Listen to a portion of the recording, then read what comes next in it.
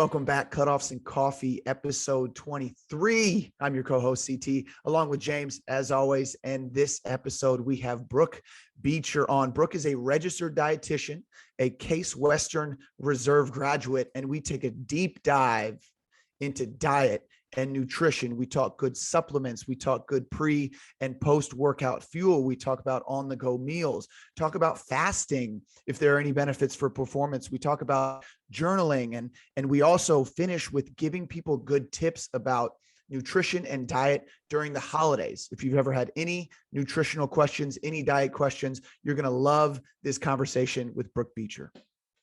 And this episode is brought to you by Bluwinx blue light glasses. Now, I know you guys are on screens all the time, Zoom calls, right? Your e-school or whatever it is. So you need some protection for your eyes. All right. Blue light will definitely kind of slow down the process of you relaxing into a good night's sleep, which is huge for performance. So go check out the website, Bluwinx. That's bluwinx.com. And the best part is these are so high quality, and with the partnership with Cutoffs and Coffee, if you use the code COFFEE, you get a 10% discount off of your blue light glasses. And these are the actual ones, and CT's wearing them as well. These are nice. I've had a couple pairs, and these are the best frames. They're comfortable. They fit my noggin perfectly, and they're blocking out the blue light, guaranteed. You said everything I was going to say about these. These are the best frames. They're solid. They're super comfortable. I love these things. Having these on. If you like what we're doing here on Cutoffs and Coffee, you want to support the podcast, a couple things you can do. Give us a 5-star review on Apple or Spotify. Leave us a comment. Tell us who you want us to get on. Tell us who you want to talk, who you want us to talk to. Also, subscribe to the YouTube channel where you can watch all the video versions of the podcast here. We also have gear that we have released recently. We've got hats, we've got t-shirts. And if you want to cut the sleeves off like Coach James and I are doing, please feel free to do that. But to be able to cut the sleeves off, you got to get the shirt first. So send us a DM, send us a personal message. Let us know you want one. Again, follow us on YouTube, 5-star review on Apple and Spotify. Let us know that you appreciate what we're doing. We love sharing this information with you. And without further ado, here's Brooke Beecher on all things diet and nutrition. Enjoy. Brooke Beecher, welcome to the show, Cutoffs and Coffee. How are you doing today? Thanks for coming on with us. So good to see you guys. Thanks for having me. Now, Brooke just finished, we were talking off air, finished an Ironman, her third in Waco. Tell us a little bit about that. That Ironmans are gnarly. They're things that I know, I'm sure less than 1%, maybe, if people have ever done something like that. Tell us about your experience with the Ironman. Yeah. So it's like I said, my third Ironman, and it's just so crazy that even though like the race doesn't change at all, like the experience does, right? So even though the distance is the same, so it's a 2.4 mile swim, 112-mile bike, and then a marathon. And it's actually been really cool. I think with it being my third is that, what I've been able to change, like training wise, but also nutritionally, like my own profession, as well as I'm actually training with you guys at T3, is what's like really allowed me to have my best time that I've had in an Ironman in Waco. So it was brutal. It was hot. It was hilly. But it's still just so something is like, you just can't get enough of it. The energy, the vibe, the support was great. So it was all in all a really great experience. Still recovering from it, taking a little bit longer than I thought, but enjoying every moment of it. So it was awesome. What does the training look like for something like that? I know you mentioned you're training with us at T3, but as far as having to bike a long distance, having to swim and having to run, what's that look like for you? Yeah, I mean, it's many, many hours a day. I definitely this time around probably didn't train quite as long. Like I started a little bit late in my training plan than I probably should have. But it's, a minimum for me is about 6 months of training, and the first couple of weeks base training, just kind of getting good foundation. But in the peak of training, it's, 4 or 5, 8 hours of training a day, because you got to get in, an 80-mile bike ride and then, an hour run, and it adds up quickly. So it's definitely 80 mile bike ride. You said, if anybody didn't hear that right. Yeah, she was 80 miles. I even said, I think I posted about it on Instagram recently, but while I know that I was the one that did it all, it definitely is a huge testament to my husband for letting, for allowing me, 8 hours a day to train, and he take care of the dogs and life here at home, and my family for making the trip out to support. So it's definitely a team effort. I think that sometimes gets like overlooked, but definitely couldn't have done it without coaches, trainers, family, dogs, the whole crew, for sure.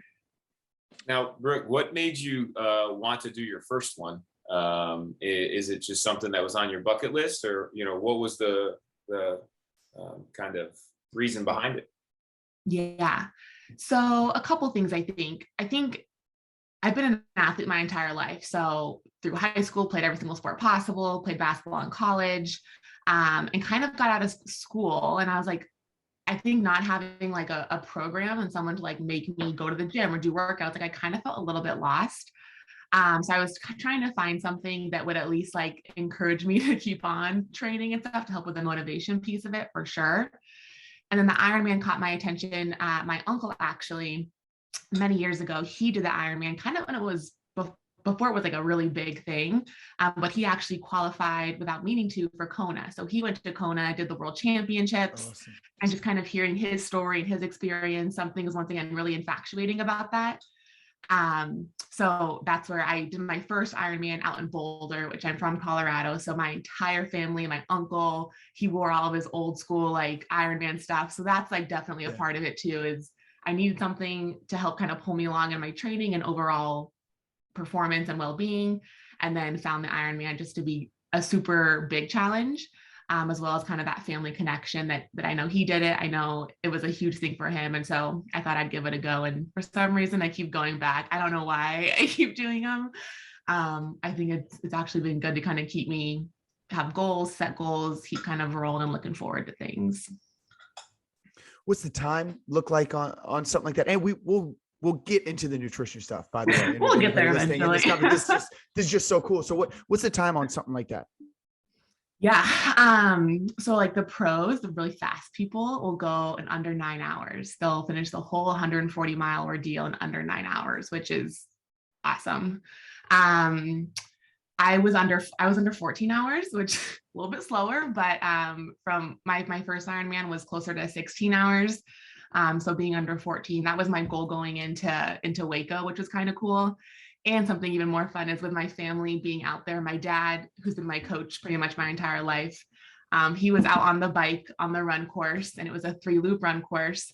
And with about 4 miles left, I think he kind of did the math that based on my pace, it was going to be really close, but really doable to get that sub 14-hour goal. And so it was just really fun to like finally like be in the fight and like be in like, because even though like we're in the back of the pack, right? Like we're not trying to win anything at this point, but it was just really fun to have him like be out there and like yelling and screaming and like, you gotta go. And it was just like fun to feel like that enthusiasm for sure. So for me, 14 hours was like awesome, but for like the competitive pros, they're just flying, man. It's crazy to watch them come flying by on the bike or see them finishing up their run while you start your run. A little bit disheartening, but it's super impressive for sure. I had a older brother do them when I was growing up. I remember hearing him and seeing pictures, and he was out in Hawaii, and he kind of inspired me in high school. I did a couple, in college, I did a couple sprint triathlons. I mean, and those were nothing. I mean, those were under an hour. James, do you have any interest in ever doing a triathlon or an Ironman? It's not anything that's ever piqued my interest, but it's like definitely something that's fascinating to watch other people do and go through the training components of it. I think part of it has got to be being in your own head for that long. Is probably, one of the most fascinating parts. I would imagine halfway through you think like, I'm never going to get out of this. I'm never going to survive this thing. And just to be able to see, like you said, at the very end, dad, and I got chills when you said that. It was just so cool to have like your dad there pushing you, and I remember that moment for the rest of your life, and to be able to achieve such a cool accomplishment and such a goal. And I know I was doing some research on marathons a couple of years ago and saw that less than 1% of people on the planet have done a marathon. I would imagine, because they have a lot of repeat people who do marathons. Right. I would imagine an Ironman is very similar. I mean, that's just not for anybody.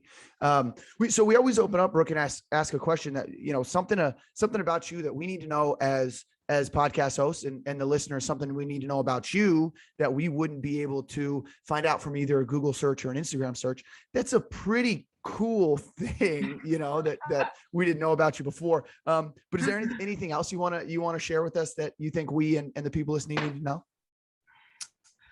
I think probably the main thing is that, like, especially when it comes to nutrition and what I do professionally now, really stems from like a personal spot. Like it took me a while to kind of find my path when it came to college in terms of like what I wanted to study, what I wanted my career to look like, all that sort of stuff. But it really all started when my performance on the basketball court wasn't where I thought it should be. It wasn't feeling super great. Energy wasn't great. Just like wasn't feeling really confident with where I was at from an athletic standpoint. So that's kind of like, that's where it all began, with like a really personal experience and trying to find ways for nutrition to help improve my own performance. And that I think is super important for me, especially in now how I practice with athletes and with my clients is, I've been there, like I've been where things aren't going well, and I've been when things are going well. But I think it's just important to maybe hear that I'm not just like speaking what the research says or this sort of thing. Like I've lived through a lot of those challenges. So that's been really helpful. It's been allowed me to connect a lot of athletes. And I think it just helps like continue to kind of push me forward in the world of nutrition when things like aren't super fun or maybe aren't, exactly what I imagine them to be. Kind of reminding myself that's where I began and that's why I began. And I think that just kind of helps my clients, anyone listening, kind of understand who I am and my approach to things, is that it comes from a huge place of personal experience, but also just love. And like, I've been there, I get it. And I try to convey that to anyone that I work with or chat with. So I guess that'd be it. Yeah, that's so awesome. I know they appreciate hearing that. Take us back a little bit, kind of the beginning of the story. You said you played basketball. Tell us about your schooling. Tell us about kind of what got you, like you mentioned, you started to notice some issues when you were playing, and you found out that nutrition could be one of the things that was kind of holding you back, and kind of one of those, for lack of a better term, low hanging fruit things that you could get into a little bit to help you perform. Tell us a little more about your story, about school, about your basketball career, and then where you're at now. And then we'll get kind of into the nitty gritty about the nutrition stuff. Yeah, for sure. So like I said, kind of before, from Colorado, I think my high school coach like reached out to Case when it came to basketball, because I wasn't for sure going to play in college. Once again, I really couldn't make up my mind as a high school senior. But fortunately, through, like I said, basketball coaches and my parents, came out for a visit to Case Western and really just fell in love. Got to play pickup, saw the campus, and everything just once again kind of fell into place from that aspect. So made the trip out, made the decision to come out to Cleveland, Ohio, for 4 years. And I think that, first year is just like nerves, excitement, you're playing, you're learning, all good. But then I would say sophomore and junior year, I just kind of felt like I feel like I started out really strong and then I just kind of plateaued, and there was something missing. And if anyone, Division III athletes, especially, nutrition was never taught to us, like was never a part of our training. We didn't have dietitians on staff. Our sports medicine staff was awesome, but once again, they were overwhelmed with stuff. So nutrition was never something that was talked about in the athletic community. But we have a great nutrition department at Case Western. And as I was trying to find what to study as a major, took a couple classes. My mom is my whole family actually is from a nutrition, athletic, healthy background. So it just kind of made sense to dabble in it. And just from the first class, I was like, oh my gosh, this is stuff that I can do and learn without having to pay any extra money for it. Like I can incorporate this into my training, just like you said, without having to change anything, like in terms of buy anything or do anything drastic. So I just started to slowly incorporate pieces of it, like something as simple and as silly as like a halftime snack during games. I know it sounds so funny, but I remember eating halftime snacks and my teammates being like, what are you doing? I'm like, you need it. And it really did. Like, did it make me go from like 0 to 100? No, but like those little like small steps just helped me kind of start to understand that how I fuel, especially as a college athlete, as on a college budget, you can't eat McDonald's every day and get away with it. It's just something that I think maybe in that first year or two of school, you can maybe get away with because you're still like young and sprung and for some Mhm. reason you're like invincible. But as you know, just after a year or two and your body starts to, get a little bit older and fatigue a little bit, it becomes even more important, I think, in terms of how we're fueling. So all that kind of together pushed me into the full nutrition direction. And then once again, I took that personally because I stayed around to get my master's at Case Western as well in nutrition and my internship to be a registered dietitian. And I did a lot of volunteer work with the athletic department. So because I saw there was a gap there, and that was kind of my way to get my foot in the door, but also just to give some help and support to the athletes, because once again, not many Division III schools have that. So it was kind of cool to be able to offer that as a bonus to some of those athletes. And now that's what I do full time, is I am all around Ohio, especially working with some different schools, different teams, different athletes. So that's kind of how we got to where I am right now.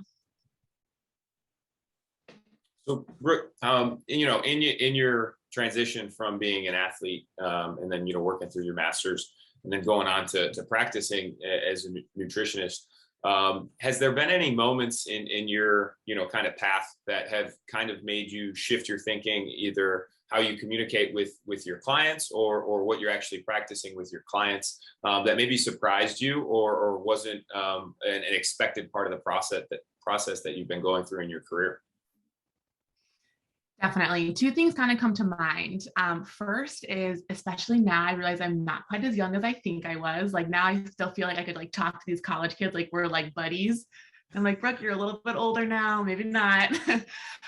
So it's hard because I want, like, especially have been there not too long ago, but it's been a little bit. Keeping that really that relationship really, really balanced and still professional. So still like, supportive, and I am your friend, but also like it's important to kind of be a little bit more professional. So I've definitely just in the past couple of years, that's been a huge focus for me because it's just important. I think that balance is struck. Also, between when I was doing my master's and between my master's and going full time with this, I also coached basketball at Case for a year. And so that was also kind of part of that transition where I felt like I was still a player, but I was a coach. So that like work, not that friend professional balance is something that is kind of a continuous work in progress, which not a bad problem to have. Like I want everyone to be friends and get along that way, but it's also important to remember that this is what my profession is, what I'm, specialize in. I've gone through the work and now like, let's provide it in a really professional way. So that's been cool to see kind of my own personal transition there. In terms of nutrition itself, I would say I'm really surprised by my thoughts on supplements. I grew up not using any supplements, didn't even really know supplements or what they were, that they were an option, didn't use any through college, didn't really know anybody that did, to be honest. And in today's world, I'm obviously so much more in tune with what supplements are and what, the need for them. But I actually recommend them a lot more than I thought I would. Definitely still a food first approach, and I think we'll talk about that later. But there's definitely a time and a place for supplements, especially in the college world, which I really thought I would always be like kind of anti-supplements, but I'm really not. Because like I said, I think there's a proper time, place, and way to use them as long as it's done in a safe way. So those would be kind of my two surprises and growth, I would say, just the time that I've been a dietitian. Do you want to go into that a little bit more? I do have that for later in the conversation, but I think this is an awesome opportunity to just bring that up. I still want to kind of talk about what a healthy diet looks like. And like you mentioned, food first. So we'll definitely get to that, but supplements is a big question that we had. I mean, 3 or 4 people through Instagram reach out and ask. So could you just give us a couple of ones that you suggest a lot, and then we'll kind of get back to going back to that, into that food first mindset? Yeah, for sure. So I'll start off by saying what I recommend is going to be super individualized based on someone's diet, right? So the first thing that anyone should do when looking at a supplement is really sit down with a dietitian and let's like go through your fueling and see where there are actual gaps. There's no need. The word supplement is meant to supplement the diet and fill in gaps. There's no point in wasting your money or all that sort of stuff on something that you don't actually need, that's not going to actually help you. So that'd be kind of my first disclaimer there. Some of the most common ones, especially this time of year, especially in Cleveland, especially with college athletes, I would say, vitamin D is really common. We don't see the sun here for a couple months. All sports are inside for the most part at this time of year. So vitamin D is a big one. Fish oil, omega-3s, as a college athlete especially, we're not getting tons of healthy fats, fatty fish, the dining hall, that sort of thing super often. Those are going to be a common one. And also just a good multivitamin. I feel like sometimes people use a multivitamin as like not a crutch, but sometimes but honestly, it can be, especially once again, for the busy athlete who maybe doesn't have the most variety of, access to foods or different meals and stuff. A really good quality multivitamin is going to be really helpful. And then last one would be a protein powder. That's probably the one I get asked at least once a day, depending on who I'm talking to. And once again, it's about finding a good quality certified protein powder. So when it comes to supplements, once again, my scope's kind of with the college athletes. That's where I'm at right now. Is we're looking for NSF certified products. There will be a label on any supplement that if it is NSF certified, it will be on there. And all that means is that it's checked for quality standards, safety, doesn't have banned substances. It's just a really good kind of gold standard for athletes to look for, even if you're not in college, because supplements are so poorly regulated that even if they say there's something in the supplement and it's not certified, there's no guarantee that is actually in there. It's just like a really wonky world. So no matter what supplement you're taking, I always recommend, college athlete or not, to look for an NSF certified product or an informed choice product. Two different labels there, but some sort of certification to ensure some sort of standard, quality, safety, kind of all that good stuff. Oh, that's a great point. That does answer a lot of questions. We appreciate that. A healthy diet, right? I say kind of like air quotes, healthy diet. It's funny. The conversation that we have a lot at the gym is, somebody eats whatever. I had the other day, somebody walking in, fueling themselves up with Cheetos before a workout. And I said something to him. He said, CT, I eat like pretty much a healthy diet. I'm like, I'm not sure you're familiar with what exactly that is. So I want to get into what to you, how would you, describe what exactly a healthy diet is, right? If we can say that. And then also, what are some simple kind of guidelines to take us through what a healthy diet looks like and what it might mean for you and some athletes that you work with? Yeah. You're exactly right. I get this question all the time. Just tell me what to eat and I'll eat it. And I'm like, well, I wish it was that easy. And right. Sometimes it is. So I guess I would say that a balanced and diverse diet. I know it's kind of a general sense, but really, once again, it's going to be a little bit different for each person based on preferences, habits, timing, all that good stuff. But trying to include a whole variety of different foods, a whole different kinds of proteins, different vegetables, different fruits, that diversity, that variety is really important. I could talk about gut health all day, but especially when it comes to fruits, vegetables, fiber, the more variety we have in our diet, that's going to help our gut stay really, really healthy. Healthier our gut is, the healthier our entire system, our entire body functions. So that's where I think a lot of people fall short, is that A, we don't get enough fruits and vegetables in our diet, and B, we don't get enough variety in our diet. So that's something I think that everyone can kind of improve upon to have a, as you said, quote unquote, healthy diet. Mm-hmm. Next would be that unless there's a medical reason to cut out any food groups or certain foods, I think it has to be a really inclusive diet. With so many trends out there right now, whether it's, I don't know, low carb or, high fat or whatever the trends are, unless there's, like I said, a medical reason to avoid or minimize a certain food, all food groups should be present, especially at your main meals. Snacks are a little bit different. That's going to be different for athletes in terms of what those look like. But really including all those food groups is really going to be the best, because your body needs all of them. It needs carbs for energy, fats for hormone balance, protein for muscle growth and building. So you need all of them, unless, like I said, there's some sort of reason, legit reason to avoid them, not just a trend or because your neighbor's doing it. I think that's really common, especially with the athletes I work with, is oh yeah, Johnny's, he's doing this supplement or he's doing this diet and he's lost weight or he's gained weight, whatever the goal was. I want to do that. And it's just that's not how it works. You don't see everything that someone else is doing. And so what they are claiming is their healthy diet, you just don't know. So really trying to stay in your lane and find what works for you is also definitely the best approach. But yeah, including variety, fruits and vegetables, as well as just being inclusive with what's on your plate are kind of the two most like general sense things to create more of a balanced, healthy diet. And that includes like, you can include the fun foods, as I call them. So if you need to have ice cream, and like, doesn't mean you cut out all the Cheetos or the ice cream. Like, yeah, there's a time and place for them, maybe not before a workout or before a game or that sort of thing.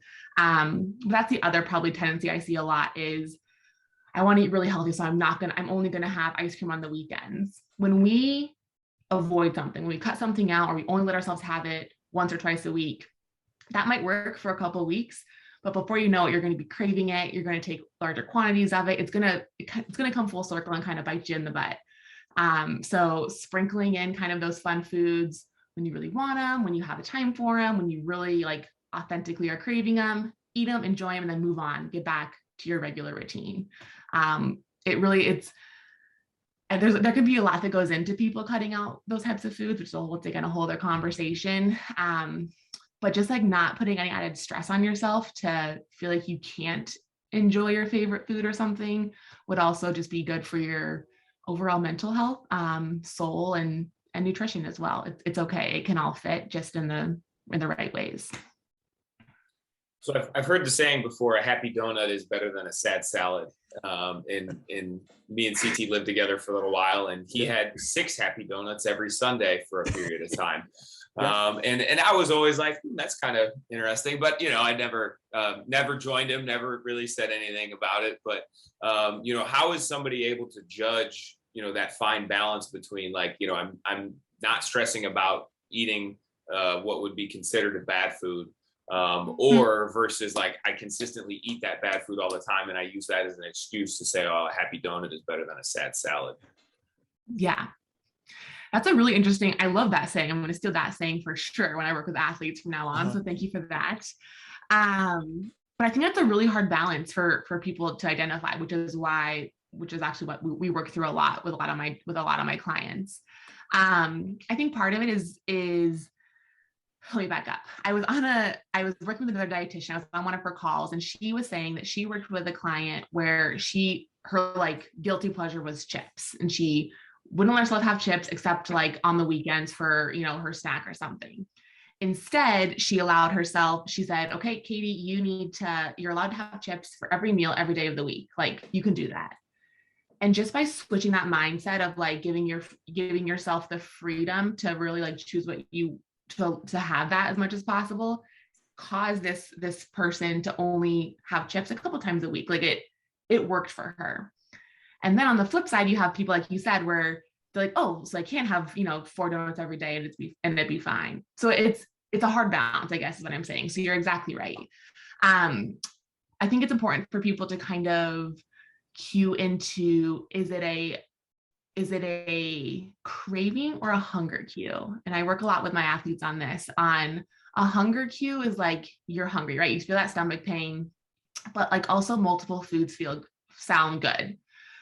So you could eat some pasta, you could eat a salad, you could eat anything, and it would help like satiate you. The craving is that immediate, like, I need a donut now. I need 5 of them, and I only want a donut. Like, nothing else will satisfy me. So trying to differentiate like that craving versus that hunger cue helps my athletes a little bit in terms of, if it's a craving, okay, it's a craving. I know I don't maybe need it. Maybe I'll go have 1 donut. And then if I'm still hungry, I'm going to have like an apple or something more nutritious. So it's kind of trying to find that balance of acknowledging that it's a craving. How can I balance it? Like, how can I satiate that craving, but also not totally dig myself in a hole and make me feel like crap the next morning? So it's definitely a balancing act. It's definitely something that takes practice. Even now, like being a professional in the world, I still struggle with it sometimes, where I'm like, oh my gosh, I had a whole soup of Oreos, and that's just, it is what it is.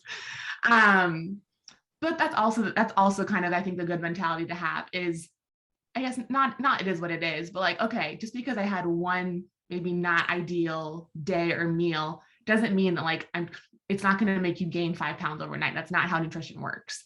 So, having a day where you have a couple donuts, or you have, maybe not the most perfect balanced day, perfect balanced plate or fruits and vegetables and all that stuff we talked about as a healthy diet, that's okay.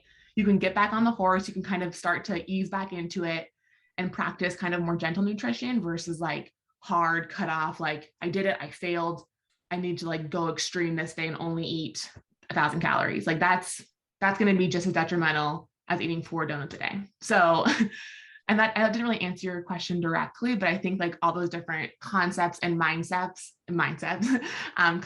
concepts kind of like blend together to make this complex web. So my job is to kind of help simplify it and really start to identify what's pulling in the wrong direction, or what's getting too much weight given to it. And then we kind of analyze and try to break it down to make it a little bit more simple and a little bit more balanced for whatever the athlete is going through. I think you hit on a lot of awesome points there. That there's a little more context in the story. I would eat 6 donuts, and I've been doing this since 2011. I would eat 6 donuts, and then I would fast for 24 to 48 hours. And so that was kind of like my thing, that, okay, I'm going to do this, I'm going to enjoy this, and then I'm going to shut it off. And we'll get into fasting here in a little bit. But along that point, I would have some of these donuts, and then I would go train every once in a while and have some of the nastiest, pumps of my life.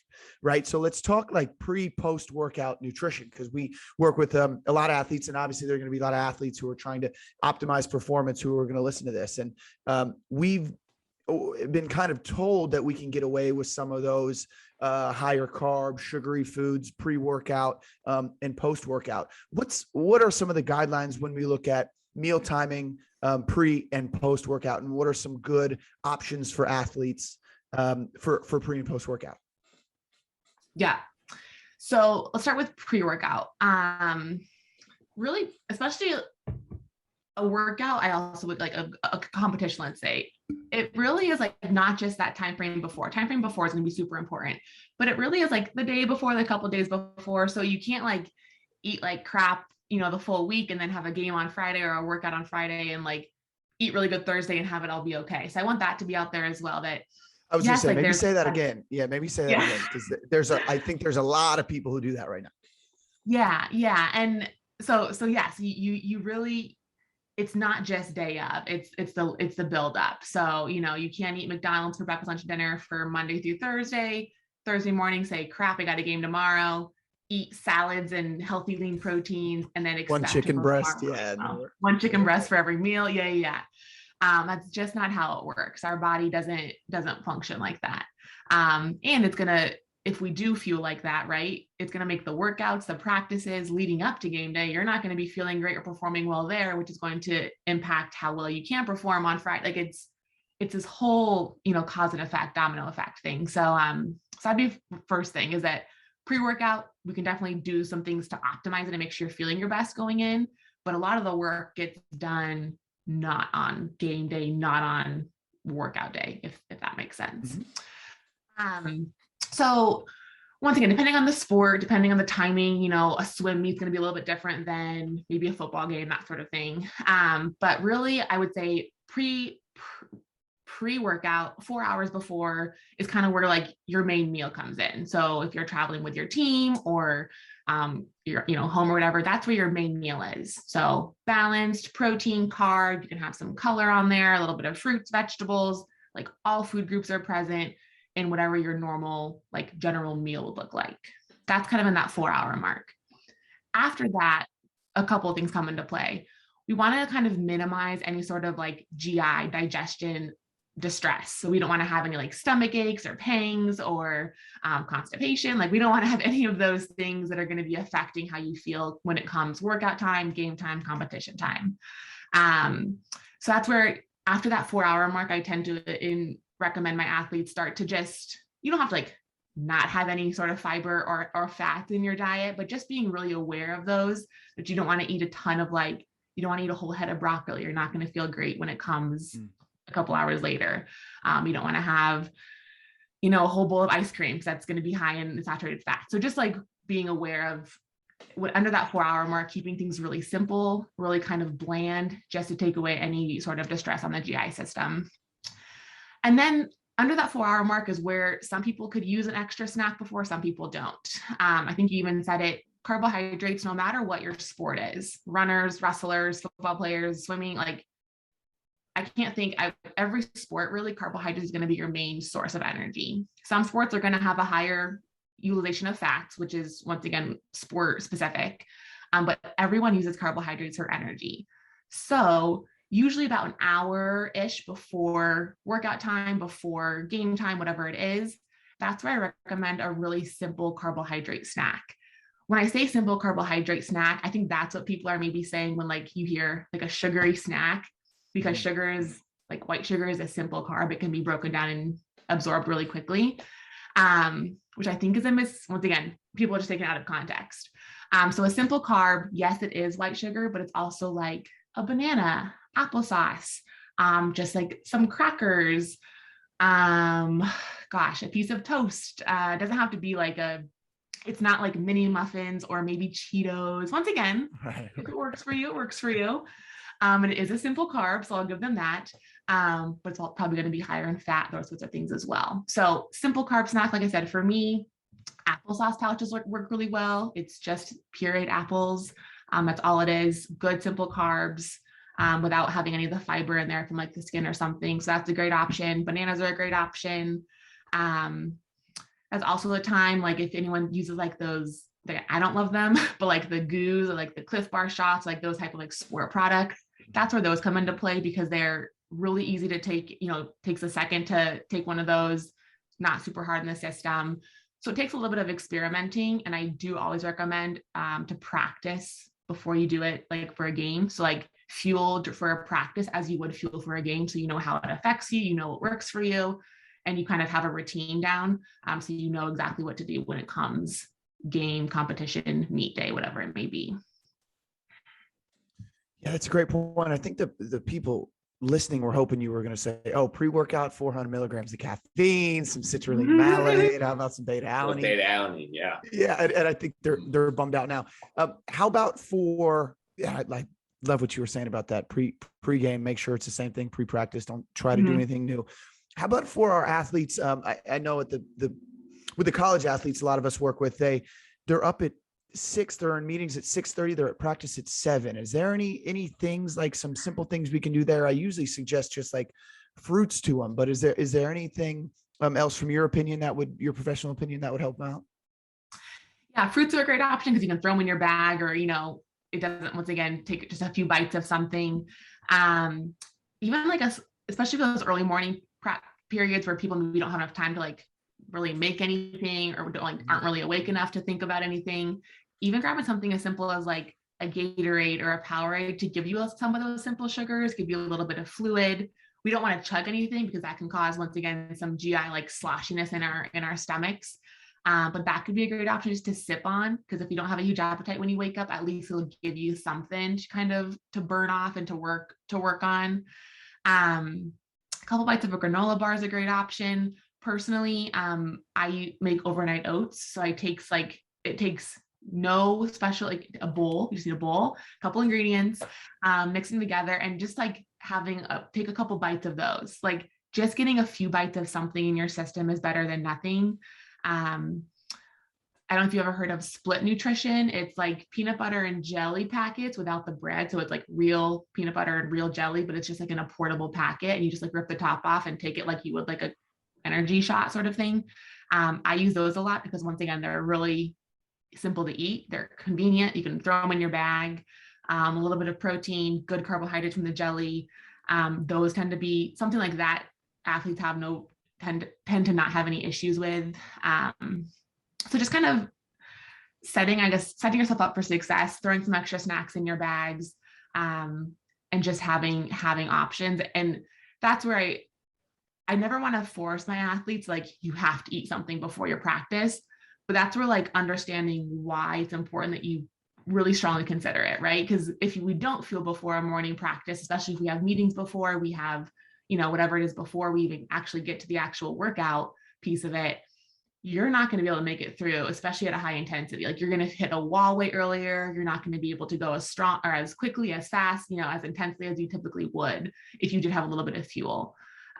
So whether it's a liquid fuel, a smoothie, a sports drink, or something convenient on the go, you can at least have a bite of would be really crucial. That's great. How about post workout? How close to the workout? How close to the practice? When should we be timing that up? What's that look like, kind of in a perfect world for our athletes? Yeah. So the sooner you can get something in, the better, because the quicker you can get some sort of nutrition in you, the quicker the recovery process can start, which is really our goal of post workout, is to try to,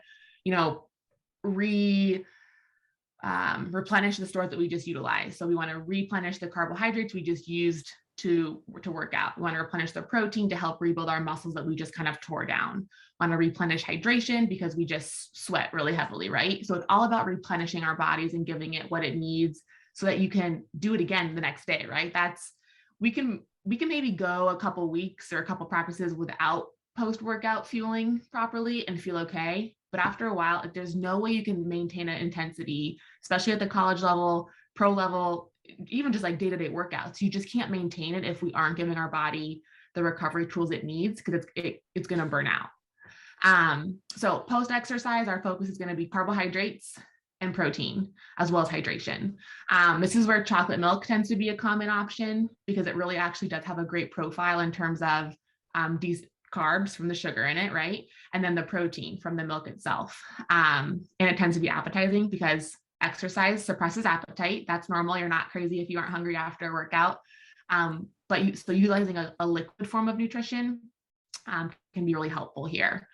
This is also where, kind of circling back to supplements, if you are somebody that uses a protein powder, as long as it's an NSF certified product, this is a great time for that, because once again, it's a liquid.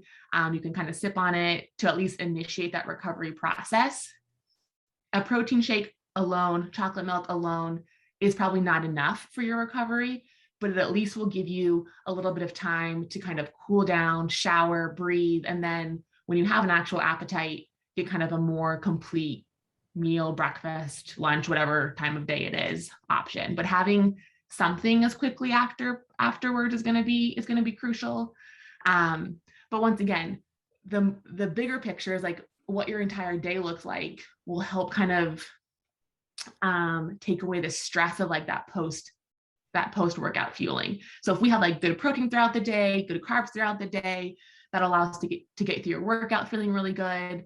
And then afterwards, like your post-workout fueling is just like another piece of the puzzle. Like we don't have to treat it like anything super fancy or super different, because the rest of our day should be really balanced and kind of help fill in those gaps. So by having a more balanced day, you have a little bit like more freedom and relax and chill when it comes to that post-workout time. Does that kind of make sense? Yeah, absolutely. Yeah. And what I also take from that is be prepared. Right? A lot of times our athletes know when practice is, how much time you have before, how much time after. You can take some of these things that Brooke's saying, pre-workout, post-workout, and nothing you're saying seems like it takes too much time, like it takes too much money. And we've talked about the college athletes a little bit here. And I know that's a big demographic who you work with and we work with as well. And so a lot of times they always say, just the food at the calf isn't great. It's not what we're looking for. It's not great pre-workout, post-workout, but it sounds like with a little bit of planning, we're able to figure that out. Is there any other tips for the college students who are kind of, balling on a budget, the athletes who, would go out and eat Chipotle every single day, and they do for the first 4 days of the week till they run out of money, then they finally got to go to the calf? Any kind of tips for them? Yeah, outside of what we've said so far? Yeah, you nailed it. Really, is that while in a perfect world, especially if you're on the meal plan, you're paying for a meal plan, like yes, the dining halls, the eateries around campus should be able to provide what you need, right? That's what you're paying for. Yeah. But in the reality of it is like, we have to take a little bit of control and ownership for it. Like, once again, coming from a D3 school, the cafeteria wasn't always open after our practices because we had late practices. We wouldn't get out till 9 o'clock. And guess what? It's closed at 8. So like, yeah, that sucks. And like, yeah, we can write a complaint to whoever's in charge, but it's not going to change anything in that time period. It's like, what's our next option? It's okay, let's stock up on a couple options, like either earlier, like get something to eat and then put it in your mini fridge, or know that you have 2 late practices, so that's going to be your nights that you do go to Chipotle. or, stock them with some extra snacks in your room so that, you can at least have some sort of fuel. So yes, like you said it, I hear every athlete who's in college that I talk to, and we try to like identify, or, we're talking about meal options or snack options.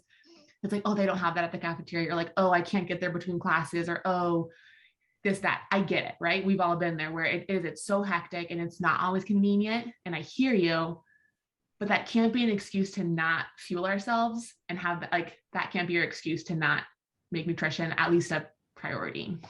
So it's kind of like a harsh reality. I don't think people don't love to hear that. And once again, I don't blame them, but that is where we're at, is that we can't control everything, but we can control what we can control. So, load up on some snacks, plan out your week, when you're going to be able to eat out, when you need to go to the dining hall.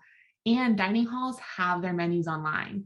I know you might not feel like you have time to look it up, but I actually met with the team recently, and we looked through because everyone on that team was like, dining hall just doesn't have any options. We looked it up, and I was like, they say they have options. Once again, I'm not there, so I don't know for sure. Maybe they could be completely wrong. I was like, but based on this, like, how about this? How about this? You could get this from the salad bar and add this to this, you can piece things together and have it meet your needs, even if it's not the most like linear path, if that makes sense. So that would be my thoughts on the meal plan on campus, that sort of thing.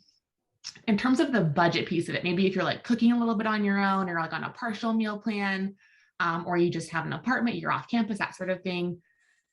Grocery shopping can be a challenge, right? Because it can be expensive. You only have so many dollars. You don't have time to cut coupons, that sort of thing. A couple thoughts here would be use the frozen section when it comes to protein or produce, especially. Produce is so important, right? We talked about having colors, variety, all that good stuff. A lot of people on a budget don't get that in because you buy money, or you buy produce, and then it's spoiled like a couple days later, right? Use the frozen section. It takes 2 to 5 minutes to throw it in the microwave and cook your carrots or beans, whatever it is. Really time efficient, and it's cost effective as well. That's a great option. Similar with proteins. It takes a long time to cook a steak or chicken or make your own meatballs. There are great frozen protein options in the frozen section. So utilizing those to help things be a little bit easier. And once again, take away that excuse of, I don't have time to cook proteins. I'm only going to have pasta tonight. You have 5 minutes to put some meatballs in the microwave and have that be part of your meal. I promise you it's going to taste just fine. So there are definitely ways around that. And then last would be beans. I think this is a funny topic, but like canned beans, it's a complex carb, the cheap protein. A can of black beans costs 99 cents, if that. So what a great cost-effective way to get some good protein, put it on a salad, on a burrito bowl, on a burrito, and a quesadilla. And I mean, that's such an effective way that whether you're gluten-free, whether you're vegetarian, beans literally fit every profile. So that's a great option as well to kind of get some good nutrition on a budget that should be easily accessible no matter where you're at. A lot of really good points there. Go ahead, James. Yes. So, we've kind of laid a foundation of some really good takeaways for either athletes listening or parents, of athletes listening.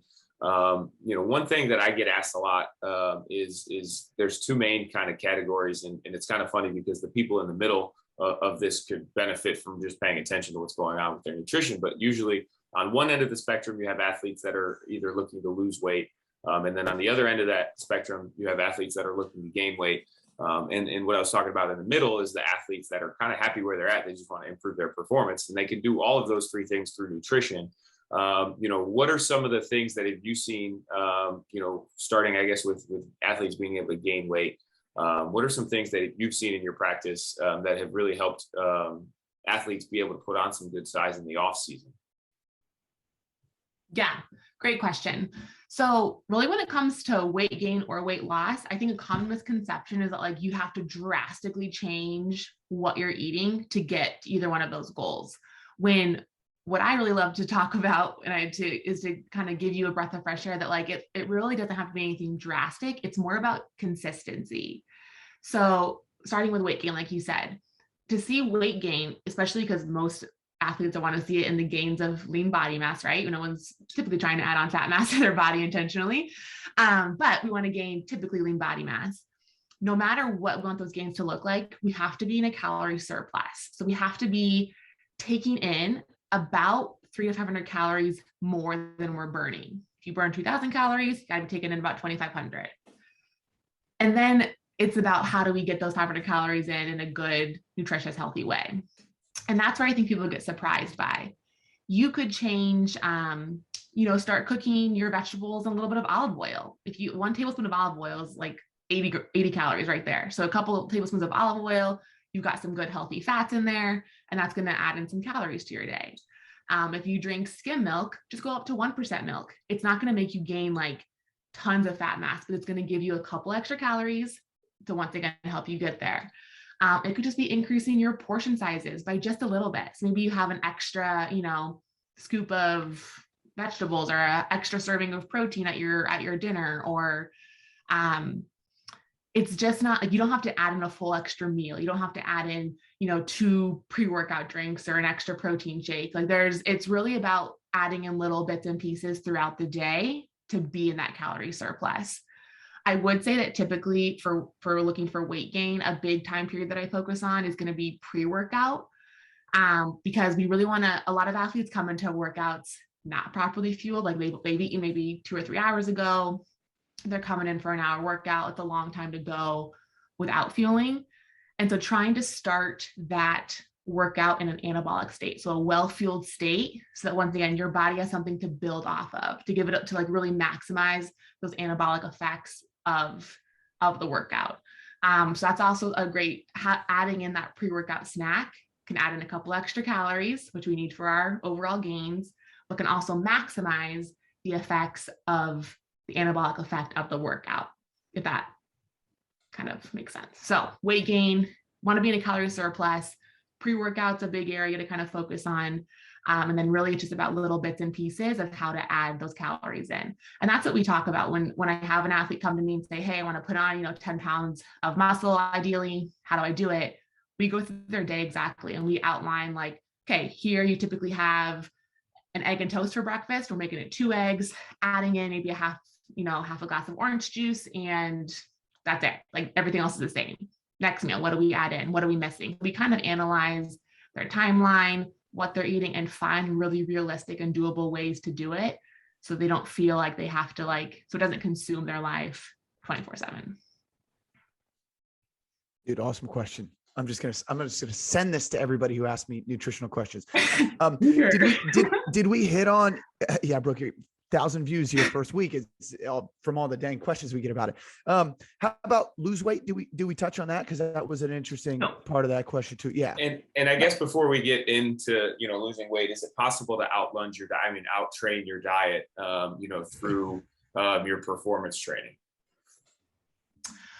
What do you mean out-train your diet? Like, it's just a common thing that people in, I've been personal training at LA Fitness working with Gen Pop, and then I've been at T3 working with athletes. And it's a conversation that comes up when we talk about nutrition. And, if it's an athlete looking to lose weight, hey, I'm just going to add an extra training day. Hey, I'm just going to add an extra 15 minutes of cardio at the end of my workout. And I guess anything, yeah. And I'm not going to fix anything else in my life. I'm not going to look at it. Yeah. Gotcha. So you cannot out-train a poor diet, because your diet is going to dictate how you can perform. So even if, like, let's say nutrition's not even a thought, you don't care, I'll go back to you're eating McDonald's for every single day, every single meal, every single day. That's, even if you add on 15 minutes of cardio, whatever, like you try to add on workout wise, you're not going to be working out at a high level. It's not going to be efficient. It's not going to provide any real results in a efficient way if we're not utilizing fuel properly. So that's a really great point, because I do think people think that, if I do work out, really, really hard every day, it doesn't matter what I eat. And that's, once again, a common misconception, because I think, especially like in our years, like maybe up to high school, we get away with it. I think once we're young, when metabolism's going, nothing really can phase us, right? So we've been, not intentionally, but I think we've been unintentionally trained that, like, That's okay. I mean, my husband used to eat a chili dog before his lacrosse games in high school. It's like the grossest thing in my mind. But he's like, and I felt great. Like, so I just did it for every single game. And that was his thing. And so I think then when it got to college and he realized, ooh, I don't feel great when I eat a chili dog before a game, like it's really hard to keep doing that, especially once you get into a really competitive level of training. So no, cannot train a poor diet. And because once again, a poor diet is going to create poor training. So you're really lowering the ceiling if you don't let nutrition be a factor that you play into everything. Great question. When I was bartending years ago, I remembered I would train and then I would eat. And every time my plate come out, I had one of the cooks, another server, she would say, you can't out train a bad diet. And I remember that. What are you saying? Like she would tell me every time. And that makes sense because now I've heard it, I mean, 1,000 times since then. Okay. Athletes who want to perform, but also have been asked, we see this a lot in football, where coaches say, hey, you're a little heavy. We still need you to perform. We still need you to be super strong. You still need to be able to move a human being from here to there, but we need you to take 25 pounds off. How can we start that process for these guys? Yep. So it's really going to be kind of the reverse of the weight gain, right? Makes sense. Is that we really don't want to see anything more than about a pound of weight loss a week. Anything more than that is going to be detrimental to overall health, and it's not sustainable, nor is it safe. So if, especially your example is great, 25 pounds, like that has to start in the off season. We can't do that in season in a month. That's not going to happen. So I think it's a really great reminder to any athletes out there that if changes to your body composition are a main goal of yours, is that we need to start now, whatever that now is for you, in the off season when performance, like games, competitions, that's not the main focus, where it's more about training and adaptation, because we need time. If we don't have time, we can't get there. We can't get you there in a safe way. So that's a great first reminder to that. Next is just opposite of weight gain, is trying to find little ways to just cut out 300 to 500 calories a day. A typical way to do that, especially because we want to maintain lean body mass, which is what coaches want you to stay nice and strong. Just cut back on overall a little, heftiness, maybe a little bit. So a great way to do that is to slightly increase your portions of proteins, especially at like your main meals. We tend to have proteins at our main meals. Have them throughout the day if you can.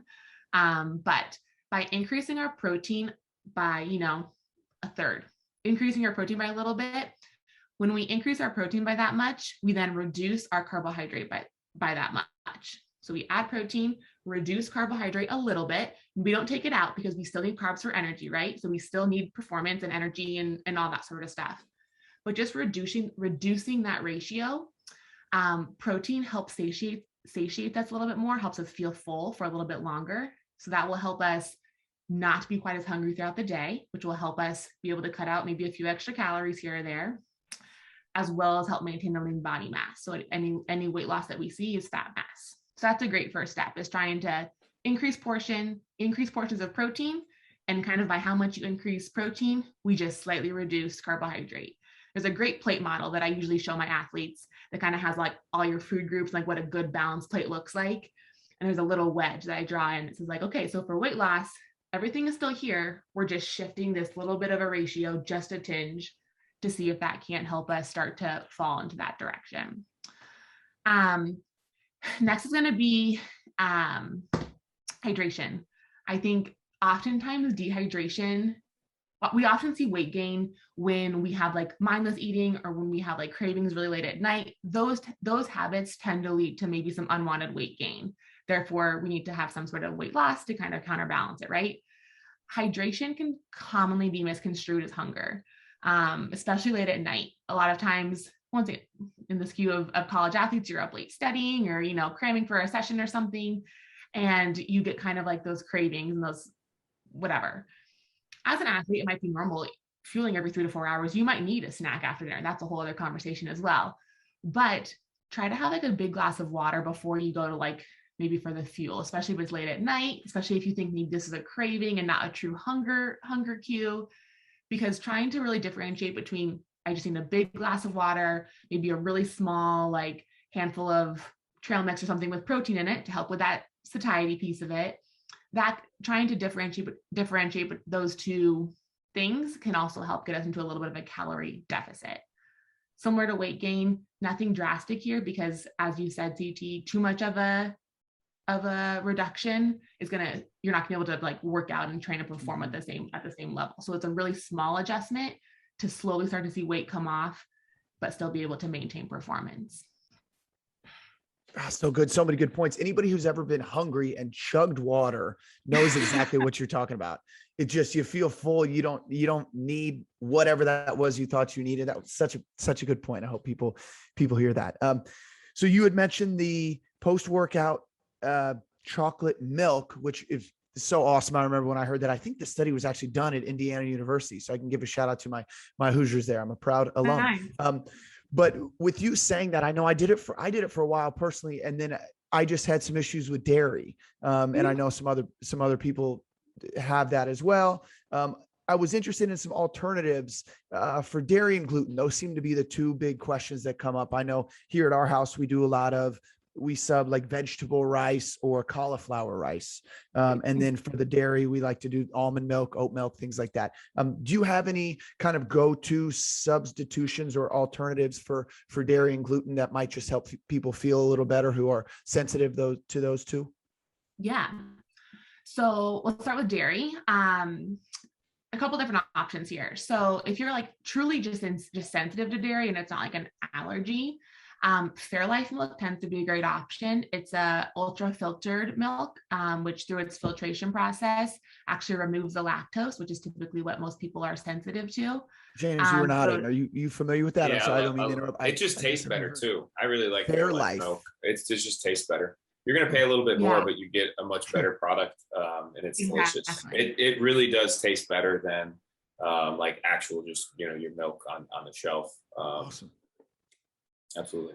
Awesome. And it's cool. It's because of the filtration process. It actually has like almost twice as much protein as a regular cow's milk too, with half the carbs, which once again, as athletes, you need carbs. So that's why you probably need a little bit of extra carbs if you're doing a Fairlife milk. But it's a great way to get some extra protein in your diet that maybe you don't get in otherwise. So Fairlife's a great option. It still is, yes, a cow's milk, but it's lactose free. And the way that it's filtered tends to be a little bit easier on the stomach. When it comes to like plant-based milk, which once again, whether you're doing it for dairy purposes or, plant-based diet, that sort of thing, Ripple milk is actually one of my favorites. It's a pea protein milk. I love it because it has the best protein profile when it comes to plant-based milk. It has 8 grams per cup, which is similar to equivalent to a protein in cow's milk, versus, an almond or an oat only has 1 or 2 grams, which is, you just aren't getting a ton out of it. So Ripple milk is a great option, and it's great. They have a chocolate, Fairlife has a Core Power protein drink, which is like a high protein chocolate milk drink. Ripple has not equivalent, I would say, but a similar product. So it's a plant-based chocolate milk, so that way you can still enjoy your chocolate milk without feeling like you have to only drink cow's milk. So those are kind of my two go-tos for dairy / plant-based options. The other thing I would say is that, once again, if it's a true sensitivity, not an allergy, the yogurt tends to be really well tolerated, and Greek yogurt's a great source of protein, as well as some carbohydrates. It's a great just food to kind of include for any athletes out there, and it's affordable, different flavors, all that good stuff. So that'll be kind of, once again, individualized based on what you can actually tolerate and what your actual situation is. But yogurt does tend to be better tolerated than milk. And last thing would be, I think because sensitivities are becoming, whether they're more prevalent or just people are more aware of them, there's so many products out there now that cater to them. So there's like coconut milk based Greek yogurts, and there's different plant-based milks and stuff out there. So the great thing is that there are more products emerging. Just make sure you kind of know what's in them, where they come from, and make sure they still work for you. Don't just go in blind. Maybe do a little bit of research, see what's in them, make sure they're good for you, and then kind of go from there. And gluten, are those good substitutes, the cauliflower stuff and the kind of vegetable rice stuff? Is that all okay? Yeah. So for gluten, my biggest concern with gluten when it comes to athletes is that because gluten is found in so many typically like carbohydrate snacks and products, it's just making sure that they're getting enough. So they're still including good complex carbs when possible. So gluten-free carbohydrate options are going to be your quinoa, your potatoes, brown rice, oats. So still making like it's not you don't have to cut out like all carbohydrates, which I think is once again a common misconception. And so just making sure you're taking advantage of those, including those options throughout your day. There's obviously gluten-free bread. So there's still similar to like the dairy thing. There's so many products out there now that are gluten-free that allows you to you can still find what you need. Just make sure you're still getting enough carbohydrates in whenever you do make those substitutions. Quinoa is one of my favorite gluten-free whole grains, not only because it's a complex carb, but it actually is also a complete protein, which means it has all 9 of your essential amino acids. And people typically don't associate protein with quinoa or grains. So that's also a great option for any vegetarians, plant-based diet athletes, including that will give you a little bit of extra bang for your buck in terms of protein, as well as some good carbohydrates. Awesome. How about good alternatives for desserts? What do you think about that? Honestly, I would say just eat the dessert. I know that might sound like a little nice. You guys hear that? Just eat the dang dessert. CT. Just eat it. Don't wait for Sunday. Eat it now. Yeah. And that's where I think it comes into like that kind of gentle nutrition, or, it is a balancing act, right? Because maybe you don't need to have dessert every single day. Maybe you do. It's once again going to be a little bit personalized there. But I actually met with a basketball team recently, and one of the athletes goes, I eat like a pretty well balanced diet, but she's like, every night I just have like a bowl of ice cream. I'm like, well, how much do you have? She's like, just a scoop. She's like, I just need a scoop. And I'm like, do it. Like awesome. Having a little bit of like fun food throughout the day is such a better approach than skipping it because you think it's going to hurt you in the long run. Because once again, if we keep trying to substitute, if we try to have, I don't know, like sugar-free Jello instead of ice cream, or sugar-free pudding instead of ice cream, you're probably going to end up eating twice as much of whatever you're trying to substitute with, because it doesn't satisfy what you truly want. So it really doesn't actually end up making a difference, because you end up taking in just as much as you would, just in a different volume. So, it all kind of comes back to that balancing act, right? Of not allowing yourself to have dessert, and then calling it good. And then if you get hungry later, then maybe it's like, okay, do I need more protein? Do I need some more water? Like just really trying to fall back on like your knowledge, and really trying to get in touch with, okay, is my craving for this chocolate chip cookie because like I want it, or is because, do I need 12 of them? So I think it's just a matter of having a conversation with yourself. And that's kind of where us as dietitians can come in and help navigate that a little bit, because it doesn't come easy, right? We've been wired to overanalyze and overthink and try to avoid and cut things out, when really we want to try to rewire that and make it be more simple. James, did Brooke just become Cutoffs and Coffee's favorite guest? After saying that, right? Like maybe yeah, that's all. So eat the dang dessert. We have, Brooke, we want to be, understanding of your time, and we so much appreciate you coming on. We do have Instagram questions that I want to definitely get to. Feel free to talk as much or as little about these as you would like to, but I know you had a ton of questions come in, and we want to make sure we get those answered for the people listening. So thoughts real quick on fasting, and especially kind of fasting for performance. Yeah. I think fasting, once again, I haven't utilized it individually, not a ton of my athletes do. So definitely can do some more research on it on my end. I do think that fasting can pose a couple of just extra challenges for athletes, because athlete needs are so high in terms of overall energy needs, carbohydrate needs, protein needs, that it can be really hard to get those needs in when we're cutting out large periods of time and fasting for it. Is it doable? Yes. Is it sustainable, and is it super effective all the time? Not necessarily. So once again, it's going to be super individualized. And I would, from an athlete sports dietitian perspective, really probably not do anything more than like 8-10 hours of fasting. And once again, even with that, you have to be really intentional about what that fueling looks like. when we are fueling. Obviously that's going to maybe throw off what like pre-workout looks like, and that's going to impact some recovery things. So we have to just be really intentional about fueling around, training and how fasting affects that. So doable, yes. Is it easy? No, but it is doable as long as you just do it in a safe and effective way, would be kind of the simple answer.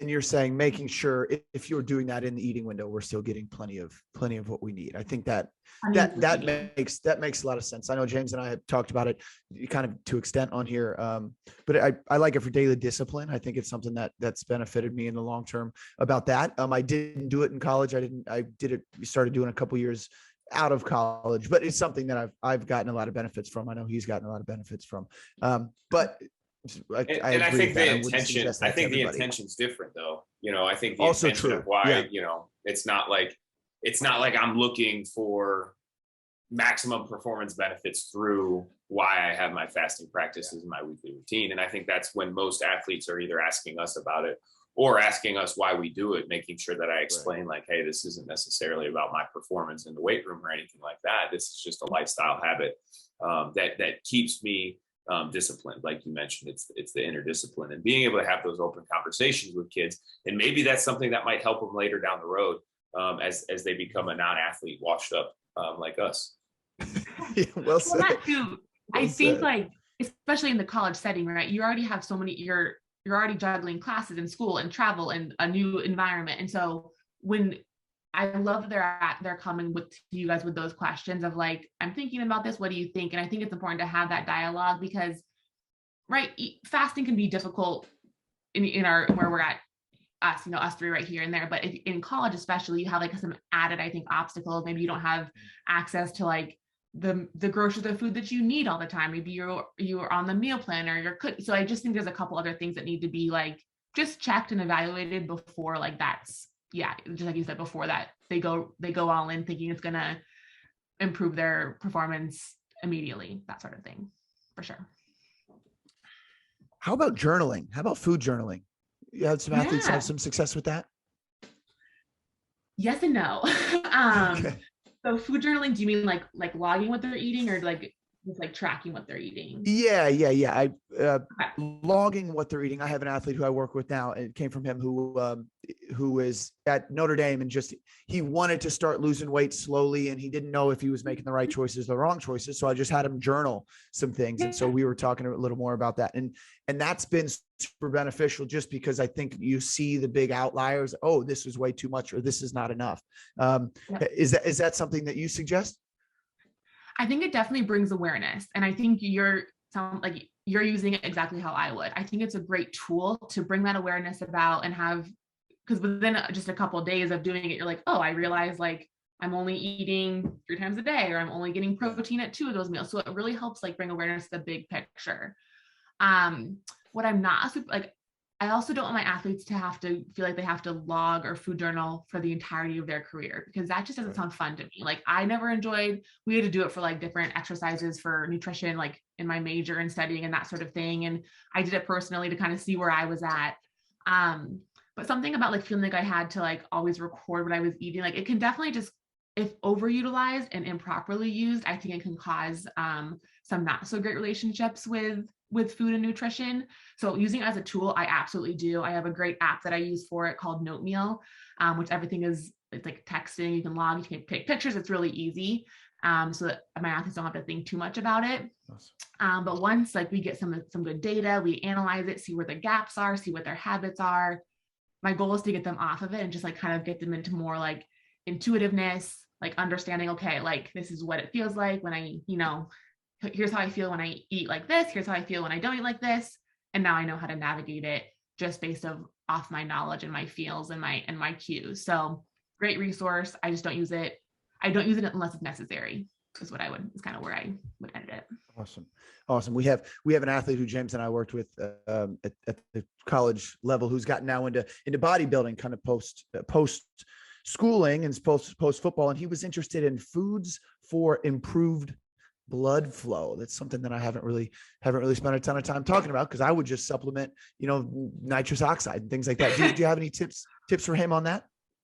Yeah, so you're exactly right. So typically people want, it's nitric oxide. So you want to try to find ways to increase nitrates, which our body can convert to nitric oxide, which is going to help with blood pressure, blood flow, vasodilation, all that good stuff. Couple thoughts here. So first off, kind of going back to that food first approach, just trying to incorporate utilizing beets, dark leafy greens. Those are all going to have natural sources of nitrates that will obviously help your nitric oxide production in your body. So maybe it's like after a workout, you have some beet juice versus with your chocolate milk. Like, you know, you can kind of like make it a part of like that recovery process, or pre-workout, because beet juice is also going to have some good carbs in it. So you can do it, you know, pre-workout as well. That'd be my first thought, would be natural sources. Because second, and once again, I come from a college athlete mindset and safety stuff. There's no like NSF certified product when it comes to nitric oxide. Doesn't mean that any of the other supplements, any other brands that are not NSF certified are terrible. Not saying that, but you just don't know. There's no guarantee of what exactly they are, what exactly their side effects are, what exactly their ingredients are, all that good stuff. So from that perspective, that's where I would definitely fall in terms of go for natural sources, but by having a well-balanced plate, you're still going to get tons of nitrates that way. From a bodybuilder perspective, yes, nitric oxide is going to be your best supplement. I don't have any recommendations in terms of a brand because I don't utilize it or recommend it often with anybody that I work with. But yes, nitric oxide would be what you would supplement with. The research does support it. Not super, like, I would say it's getting there. The research has found some really great correlations and, you know, direct effects of nitric oxide supplementation, with effects on blood pressure levels and blood flow. Once again, not 100%, but it's trending that direction. So I guess that's where I'll leave it. Awesome. I would have never even thought about that. Thank you for that answer. I think this is important. And this is one of the last ones here. I think this is really important for the time, especially that we're recording. Not sure when people are listening to it, but any tips for the holidays? We're coming up, you know, we just had Halloween. We're coming up on Thanksgiving. We're coming up on Christmas. Tips for the holidays from the nutrition professional. Yeah.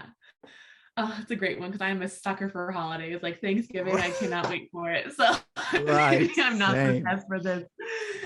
So a couple of just like general tips would be, especially, you know, typically for holidays, we're all together with families and friends. There's like food out all the time.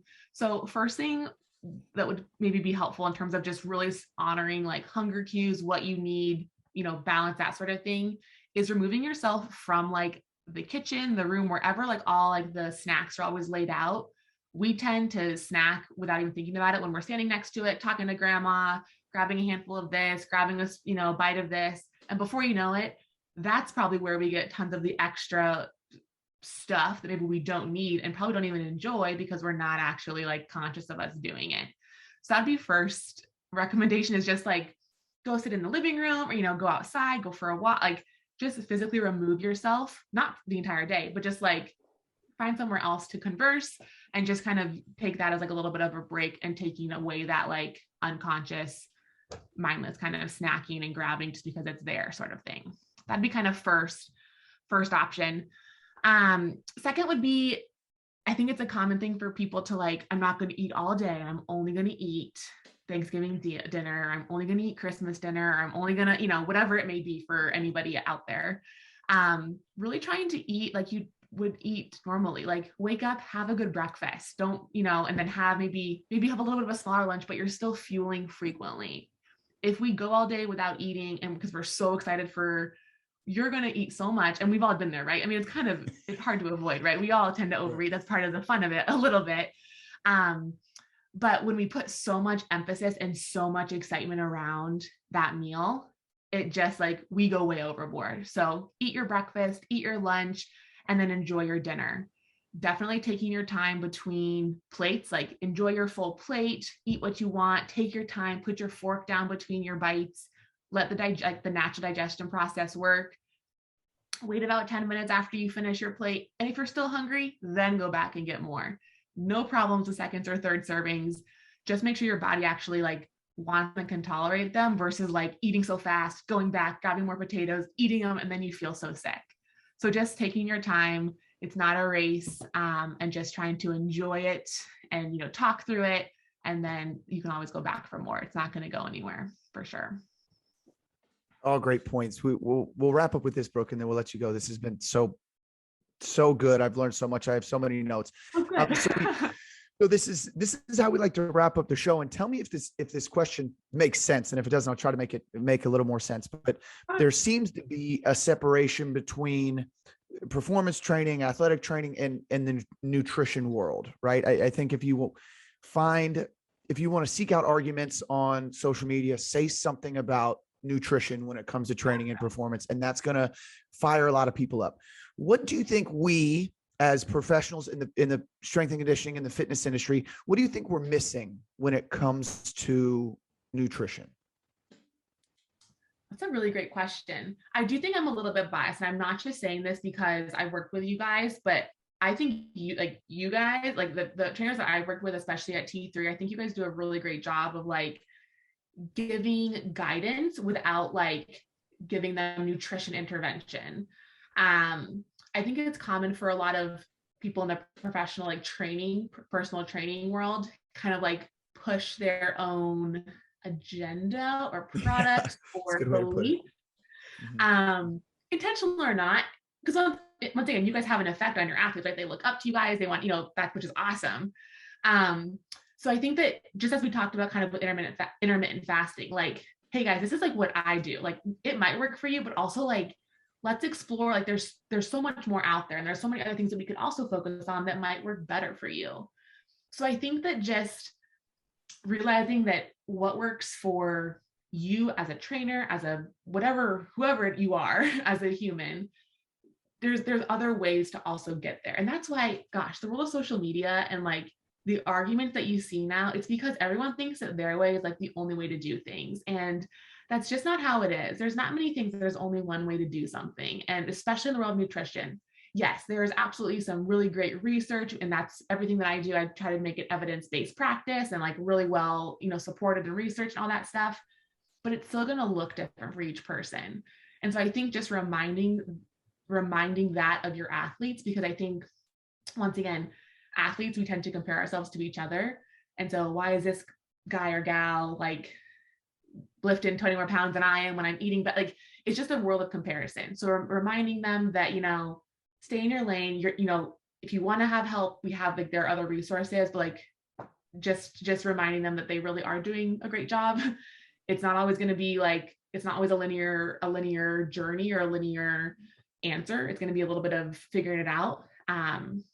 But I think with consistency, with support, which you guys offer, that we really can get the athlete to wherever they need to be. They just need to kind of be aware that there are resources out there that can help them get there, besides the internet and besides Instagram. Boom, I love it. Speaking of resources, where can people find you? So my website, which is www.nutritionwithbrooke.com. I am, for anyone that doesn't know, I do work with T3 directly. So if you come from T3, there's also an additional discount that's incorporated for you guys. On my website, there's a whole like initial form you can fill out to contact me. And then we kind of go from there with a discovery call, get to know each other. If we're a good fit, great. If not, I give you other resources to kind of find the next option. So that's kind of the best way to reach out to me, or my email, which is also on the website. So I would say start there, or T3 has some of my business cards. So feel free to grab one of those. I think they're at the front desk. And if you need more, just let me know. Awesome, Brooke. Thank you so much for coming on. I wanted to say this like 4 or 5 times during the conversation, but Brooke is a professional, and people have to pay a lot of money to get the information that she is sharing with us for free on this podcast. So thank you so much. People, if you like what we talked about, go follow her, nutritionwithbrooke.com. We will have the Instagram pages in the bio, but thank you so much for coming on. I mean, this means so much to us. And I think this is one thing that a lot of athletes are missing, because again, a lot of us think we can just out train a bad diet, and found out that that's false. And that's something we can't do. So everybody, thank you so much for listening for episode 23 of Cutoffs and Coffee. Continue to practice gratitude. Tell the people that you love them. And remember, you got one life to live. Might as well live life stimulated. Thank you. We'll see y'all next time.